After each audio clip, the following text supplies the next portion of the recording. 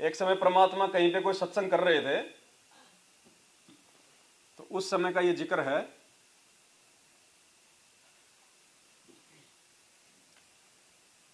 देखो कैसे ये भगवान अपने आप को भगवान साबित करता है। पुण्यात्मा, ये विचार करने की बात है, ये संकेत में बताएगा परमात्मा सारी बातें। इस सत्संग में परमात्मा कह रहे हैं कि श्री कृष्ण भगवान ने कुब्जा का कुब्ज ठीक किया। कई आदमी होते हैं ना, वो ऐसे वो झुक के चलते हैं, पीछे वो कुब्बड़ सा होता है। तो एक वो कुब्जा थी, लेडीज थी, उसके जो है कुब्बड़ निकला हुआ था, झुक के चलती थी, यूं जवान थी। तो परमात्मा ने अपनी समर्थता को जाहिर करने के लिए एक एग्जाम्पल दिया कि हम श्री कृष्ण भगवान को इसलिए भगवान मानते हैं, इसलिए बड़ा मानते हैं कि उसने कुब्जा का वो कुब्ज ठीक कर दिया। बस यूं हाथ रखा और उसका कुब्ज ठीक हो गया। और फिर क्या किया उसके साथ में श्री कृष्ण भगवान ने? उसके घर पे जाके उसके साथ में पत्नी जैसा व्यवहार किया, संभोग किया उसके साथ में, उसका वो कुब्ज ठीक करके कुकर्म किया, और हमने उनको भगवान मान लिया। फिर गुरुदेव ने बताया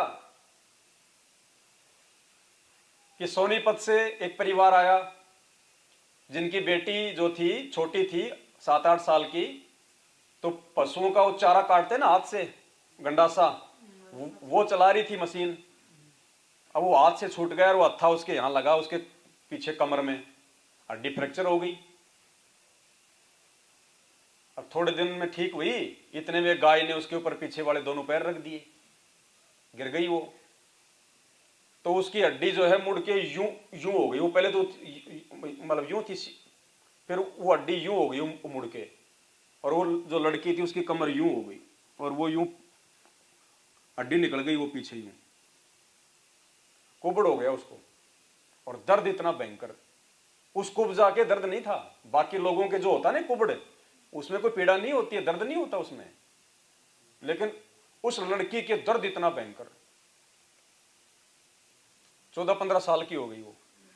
माँ बाप दुखी, हर जगह दिखा लिया, डॉक्टर बोले भाई ऑपरेशन, और गारंटी कुछ नहीं, 1% चांस है बचने के, 99% इसको लगवा मारेगा, और 50,000 रुपये लगेंगे आज से 20-25 साल पहले। दुखी, ऑपरेशन बेचारे डर के मारे नहीं करवावे कि अगर पैरालाइसिस हो गई, लगवा मार गया तो इसको कौन शादी करेगा, फिर इसको कौन लेके जाएगा। फिर किसी भगत के कहने पे वो गुरुजी के पास में आई, अपने पूरी उन्होंने व्यथा बताई।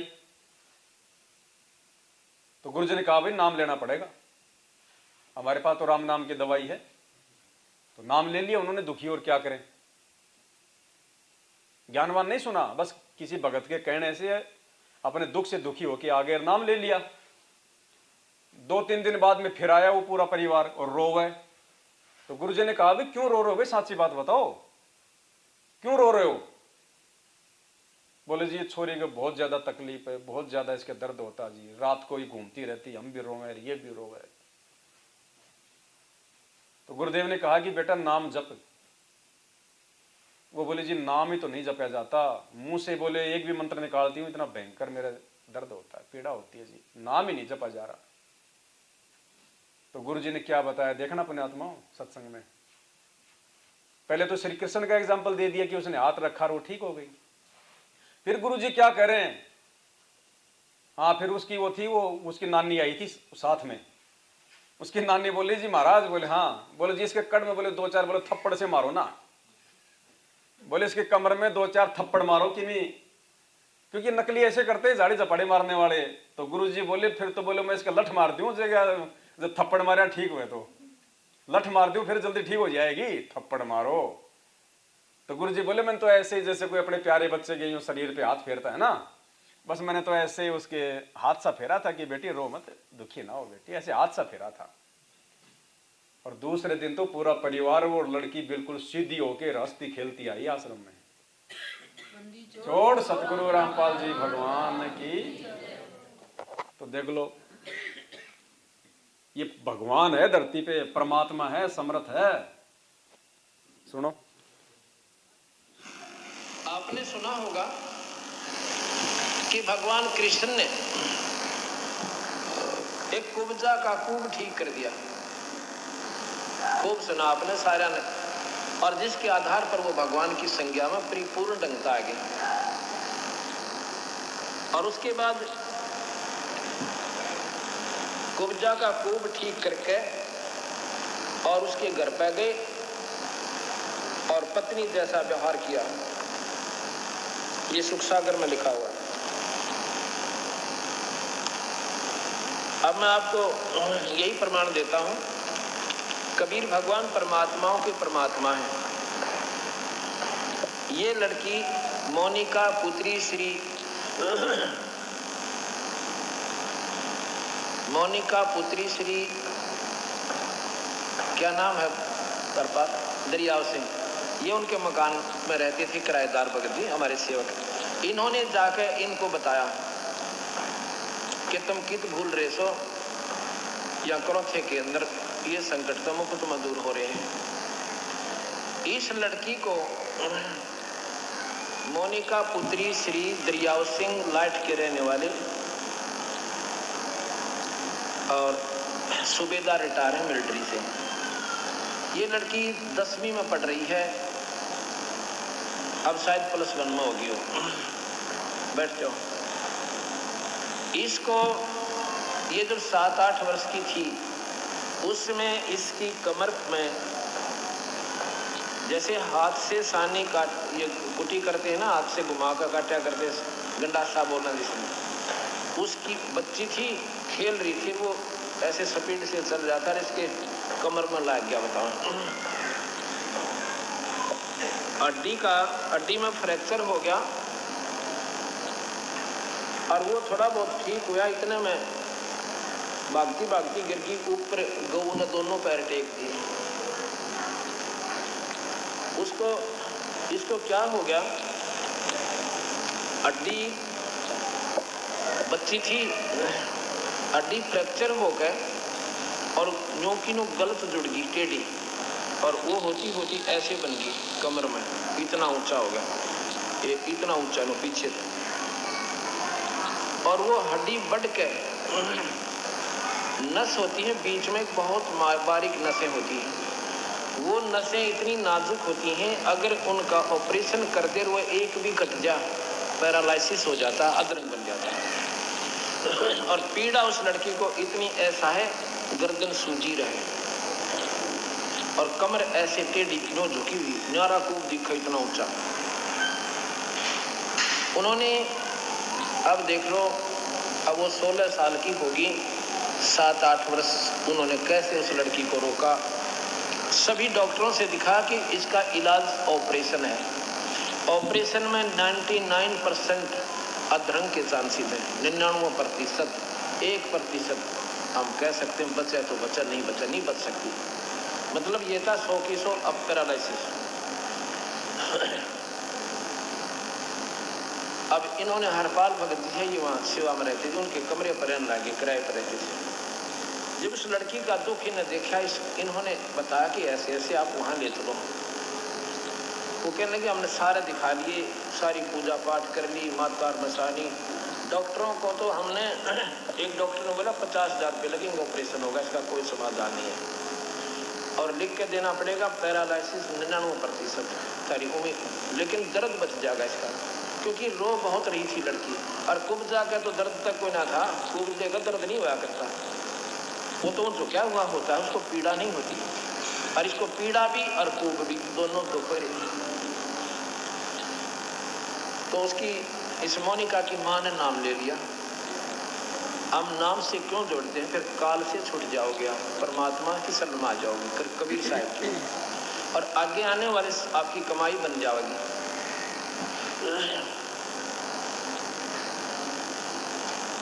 1 महीना पूर्व उसकी माँ ने नाम ले लिया। पिछले वर्ष सितंबर इन्हीं दिनों में, मेरे ख्याल में 14 से 18, 5 दिन का समागम था, और उससे 2-3 दिन पहले पूर्णिमा थी। उस पूर्णिमा पर उस लड़की को भी नाम दिला दिया। जिसको वो तकलीफ थी। मैंने नाम की सलाह देता हूँ सभी को। परमात्मा जो चाहे सो कर दे। नाम सब दुखों का दूर करने की दवाई होती है और मोक्ष भी नाम से ही मिलेगा, मुक्ति भी नाम से ही होती है। अगर पूरे संत पूरे परमात्मा का नाम मिल जाओ।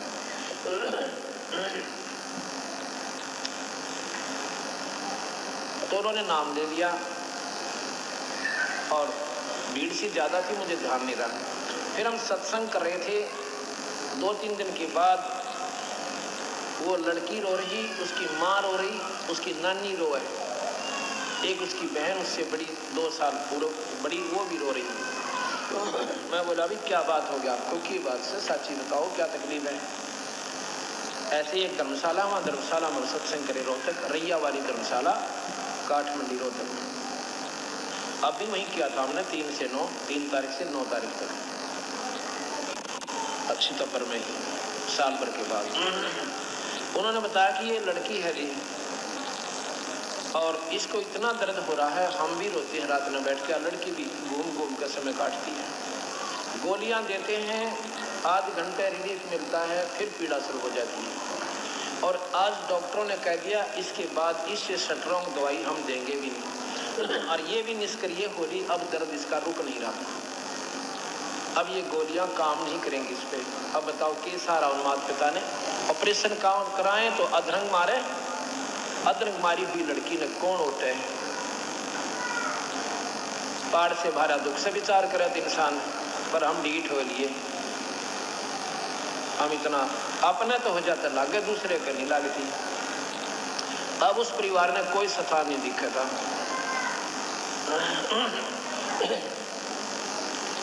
मैं बोला बे फिर क्या बताऊं, अब जी कुछ कृपा करो, मैं अभी नाम दिवाओ लड़की को। वो बोले जी नाम अभी ले लिया। कब लिया? 3रा दिन, 4था दिन पहले करौथा गाँव आश्रम में हम लेकर आए। तो मैं बोला बेटी नाम को जपती है? ना जी, रोती रोती कहे क्यों? अब मेरे से जपा नहीं जाता, मेरे से बोला ही नहीं जाता, मेरे बोलूं तो भी दर्द हो रहा है, मैं कैसे देखूं।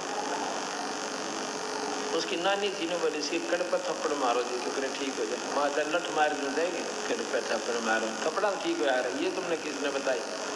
मैं तो ऐसे स्वाभाविक माँ बेटी घबराओ मत, बंदी छोड़ के शरण मांगी ठीक हो जाएगी। जो सारे सिर पे कभी उस कमर पे के, ऐसे स्वाभाविक साथ जब अपने प्यारे बच्चे को कहा करा करें। और एक पाठ करवाना जय भगवान बंदी छोड़ सुन लेता था। ये पाठ तो हम केवल पुण्य बढ़वान खातिर करते हैं और पाठ इसमें कोई सहयोग नहीं देता। पाठ आपके पुण्य बढ़ेंगे पाठ के करवाने से। अगले दिन वह लड़की फिर आई, उस दिन वो पैंट कमीज पहन ली थी, अगले दिन वह सूट पहन ली थी, सलवार और कपड़ा जैसे जम्पर होते। मैं सत्संग करा, उस लड़की ने 3 बार आके मेरे माथा टेका। मेरे पहचान में नहीं आई क्योंकि उस दिन दूसरी ड्रेस में थी। एक बालक एक दिन में की पहचान में हुई था। मैंने सोचा हो सकता है इस बच्चे ने मेरा प्रवचन अच्छे लगे हो और इसलिए शायद नाम लेने की रुचि बन जा, ना मेरा बंदी छोड़ किसके बाद जाके। और कब बात समझ में आ जाए, सत्संग के उपरांत में बैठा बराबर में आके चारपाई पे, वो पूरी की पूरी मंडली फेर आई। जब मैंने देखा मैं कहा हो ना या वही लड़की हो, और इतनी खुश हुआ लड़की कति। तो मैं कहने लगा ये वो काल वाली लड़की है क्या? जी वो ही। अब क्या बोला जी कति ठीक होगी, यहाँ से बाहर निकली थी, इसका कोई पीड़ा नहीं। बोल सतगुरुदेव। फिर पाठ कराया उसके पिताजी ने खुले दिल पे। अब दूसरा पाठ बताओ, उन्होंने करवाया है 3-4 दिनों से हमको बोला का ऐसा। अब श्री कृष्ण जी का उदाहरण देके फिर परमात्मा ने अपनी जो है वो समर्थता बताई कि उस कुब्जा से भी ज्यादा दुख था उस बहन को, और गुरुदेव ने खाली शरीर पे हाथ फेरा बस प्यार से, और बिल्कुल सोड़ा ना, ठीक हो गई। तो बताओ परमात्मा है कि नहीं है भाई? हैं? डॉक्टरों ने मना कर दिया, घर वाले दुखी परेशान, बेचारी इतनी दुखी। अपने बच्चे के लिए तो लोग अपनी जमीन भी बेच दें अगर वो ठीक हो जाए तो, और वहां जाते ही परमात्मा ने, तो परमात्मा है ना। सतगुरु रामपाल जी, तो बताओ ऐसे परमात्मा से मांगने की जरूरत है क्या? संध्या आरती में कहते हैं अंतर्यामी एक तुम आत्म के आधार, जो तुम छोड़ो हाथ तुम कौन उतारे पार। एक तरफ तो हम गुरुदेव को अंतर्यामी कह रहे हैं। अंतर्यामी यानी जो हमारे मन में उठने वाली सोच को भी जान ले। बोलना तो बहुत दूर की बात है, कहना तो दूर की बात है, मन में अगर कोई बातें भी अगर हमारे चल रही है अगर अंतर में, उनको जो जान ले उसको कहते हैं अंतर्यामी। तो अंतर्यामी से प्रार्थना नहीं लगवाई जाती है।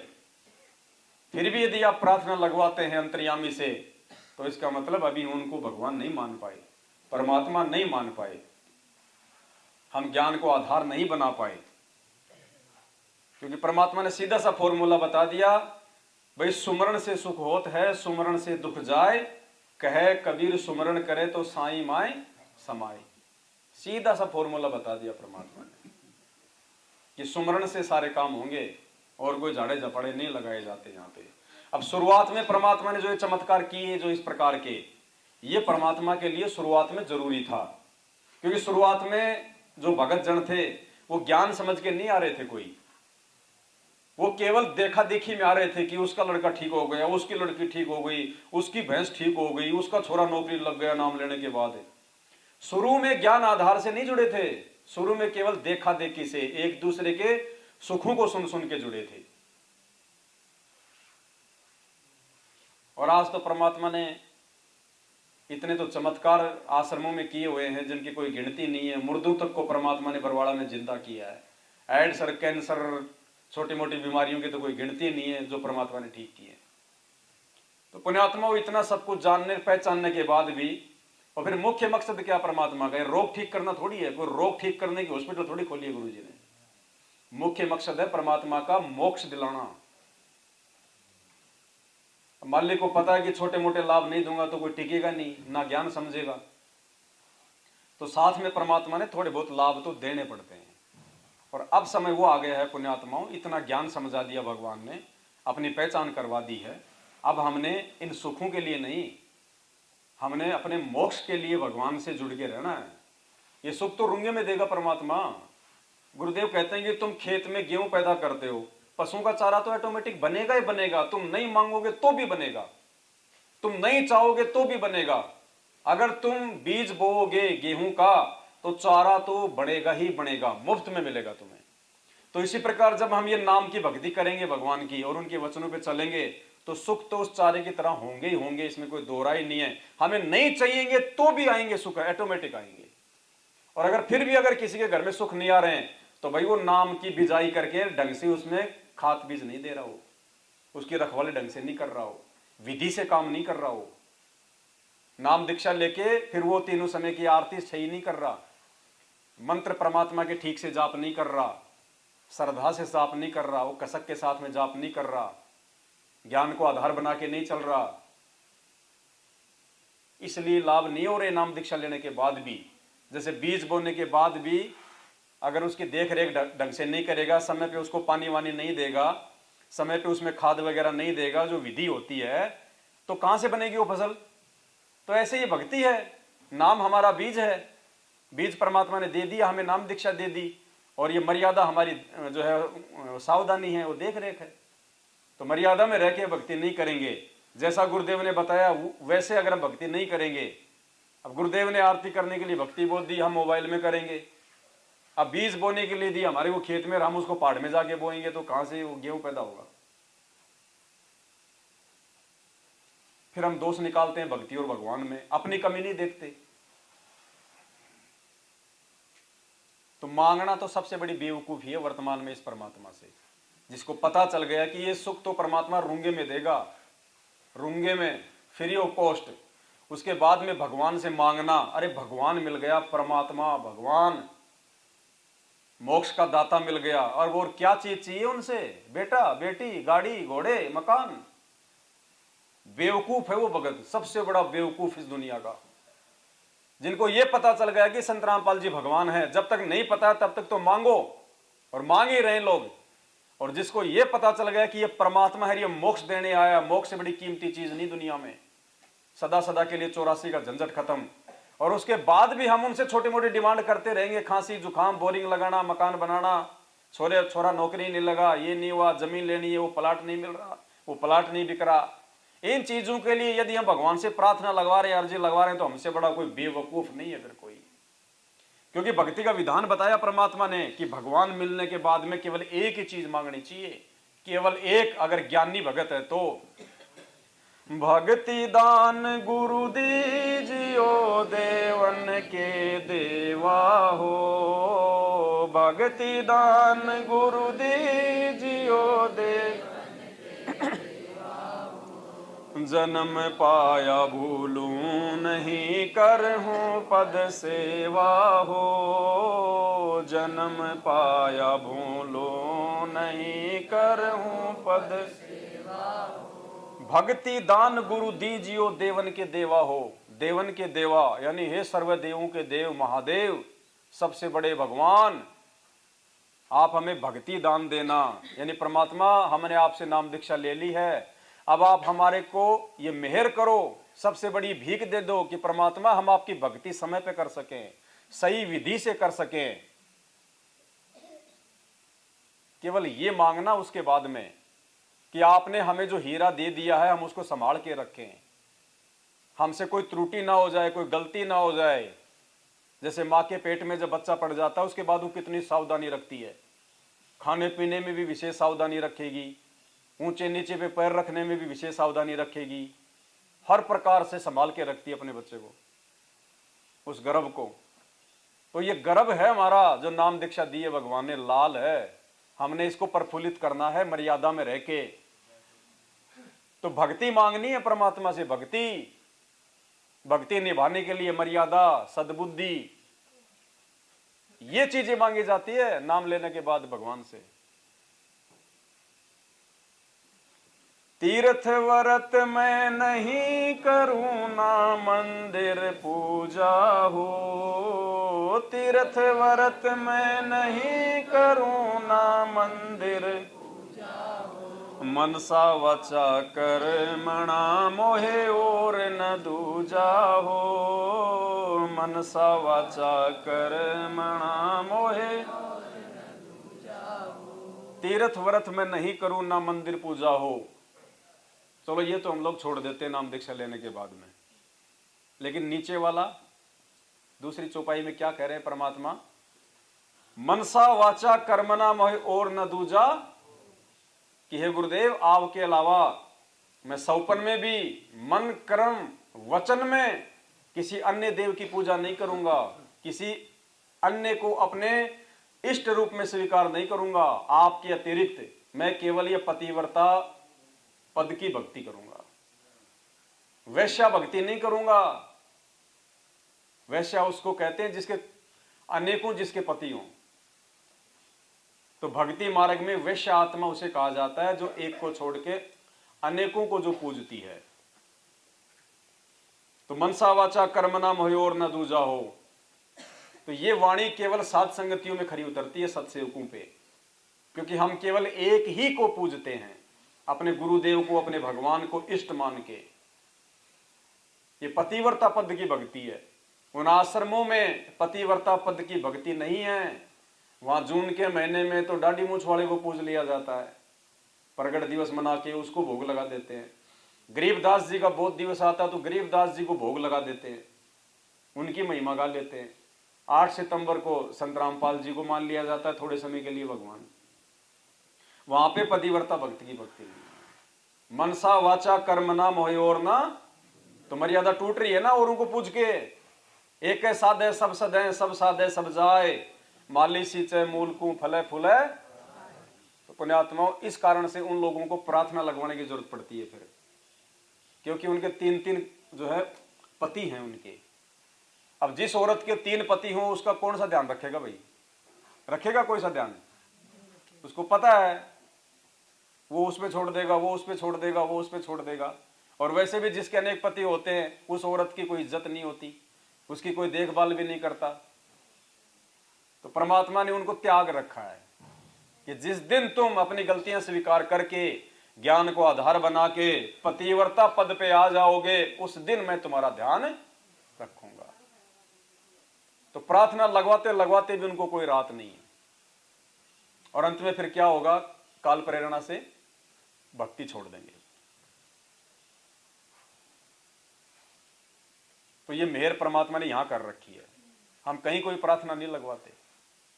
हमने जो भी प्रार्थना लगानी होती है अपने दरबार पे, अपने घर पे दंडवत करके लगा लेते हैं। और फालतू की चीज तो हम मांगते नहीं, परमात्मा ने इतना ज्ञान दे दिया, और चीज की तो कोई डिमांड है ही नहीं। वैसे ही परमात्मा कोई चीज की कमी नहीं छोड़ता भक्ति में जो आवश्यक है। जिस आत्मा से परमात्मा ने भक्ति करवानी होगी वर्तमान में, जिसको भगवान ने मोक्ष देना होगा, गारंटेड बात है भगवान उसको फालतू की चीज तो देगा नहीं, और आवश्यक चीज के परमात्मा उसको जो है भरोसे नहीं रहने देगा। जो चाहिए उसको वो तो भगवान देगा उसको, और फालतू की चीजों से परमात्मा उसको दूर रखेगा। तो पतिव्रता पद की भक्ति भी केवल सात संगति में है। मनसा वाचा कर्मणा मोहयोर्ना अष्ट सिद्धि और नौ निधि बैकुंठ का वासा हो। अष्ट सिद्धि और बैकुंठ का वासा हो, सो मैं तुमसे न मांगता सब थोथरी आशा हो। सो मैं तुमसे न मांगता सब। ये परमात्मा हमें ये आठ सिद्धि नौ निधि ये स्वर्ग कुछ नहीं चाहिए परमेश्वर, हमें केवल आपके चरण कमल चाहिए, आपकी भक्ति चाहिए, इससे ज्यादा हमें कुछ नहीं चाहिए। परमात्मा आप हमें अपनी भक्ति से दूर ना करना। सुख संपत्ति परिवार धन और सुंदर नारी हो। सुख संपत्ति परिवार सपने में इच्छा नहीं करूं गुरुआन तुम्हारी हो। सपने में इच्छा नहीं करूं गुरु। अब बताओ क्या कह रहे धर्मदास जी परमात्मा से कि सुख संपत्ति परिवार धन और सुंदर नारी। अब बताओ इन्हीं चीजों के लिए वर्तमान में भगवान से प्रार्थना लगवाई जाती है। इन चीजों से बाहर नहीं है प्रार्थना। देखो आदमी को दुख हुआ तो प्रार्थना लगवाएगा, किस चीज के लिए? दुखी आदमी तो सुखी होने के लिए लगाएगा। और यहां परमात्मा ने मना कर रखा है धर्मदास जी के माध्यम से, अगर तू भक्ति सही कर रहा है तो तेरे ऊपर दुख आ कैसे जाएगा? आ ही नहीं सकता, तुझे मांगने की जरूरत ही नहीं है सुख भगवान से। भक्ति करते करते भी अगर दुख आ रहा है तो भाई मर्यादा टूटी हुई है, जिस कारण से परमात्मा तुझे सुख नहीं दे रहा। और जिसकी मर्यादा टूट रखी वो चाहे कितने ज्योति करवा दो, कितने पाठ करवा दो, कितनी प्रार्थना करवा दो, उसको वैसे भी सुख नहीं होगा। तो डबल नुकसान है हो रहा है ना उन लोगों को। संपत्ति पैसों के लिए, गुरुजी अब की बार तो छोरे की नौकरी लगी जाए। नौकरी क्यों लगवा रहे हैं? पैसों के लिए, संपत्ति के लिए। अच्छी तनख्वाह रहेगी, बढ़िया मकान बनाएंगे, बढ़िया गाड़ी लाएंगे, संपत्ति के लिए।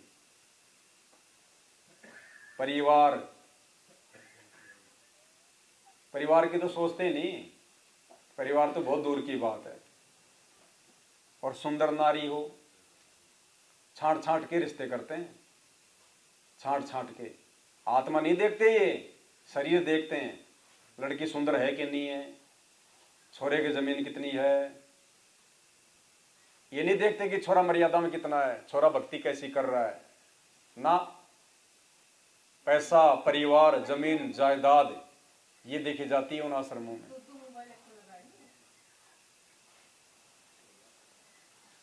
धर्मदास की विनती समरथ चित दीजो हो। धर्मदास की विनती समरथ चित, ये आना जाना निवार के अपना कर लीजो हो। ये आना जाना निवार के अपना कर।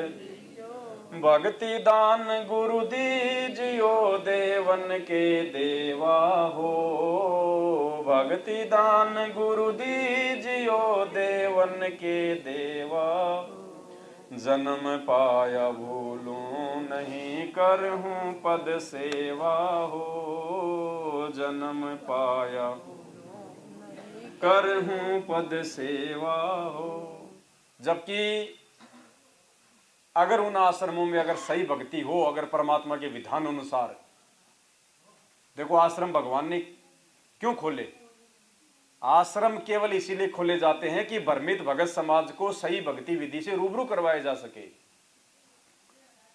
भगत समाज की मर्यादाओं को ठीक करवाया जा सके, उनको भक्ति की जानकारी दी जा सके, कुमार्ग पे जा रहे भगत समाज को सदमार्ग पे लेके आया जा सके, बैठ के उनको सत्संग सुनाए जा सकें, सत्संग के बाद में बैठ के आपस में वो चर्चा करें, मंडलियां बना बना के, जो पुराने भगत है वो उनको समझाएं।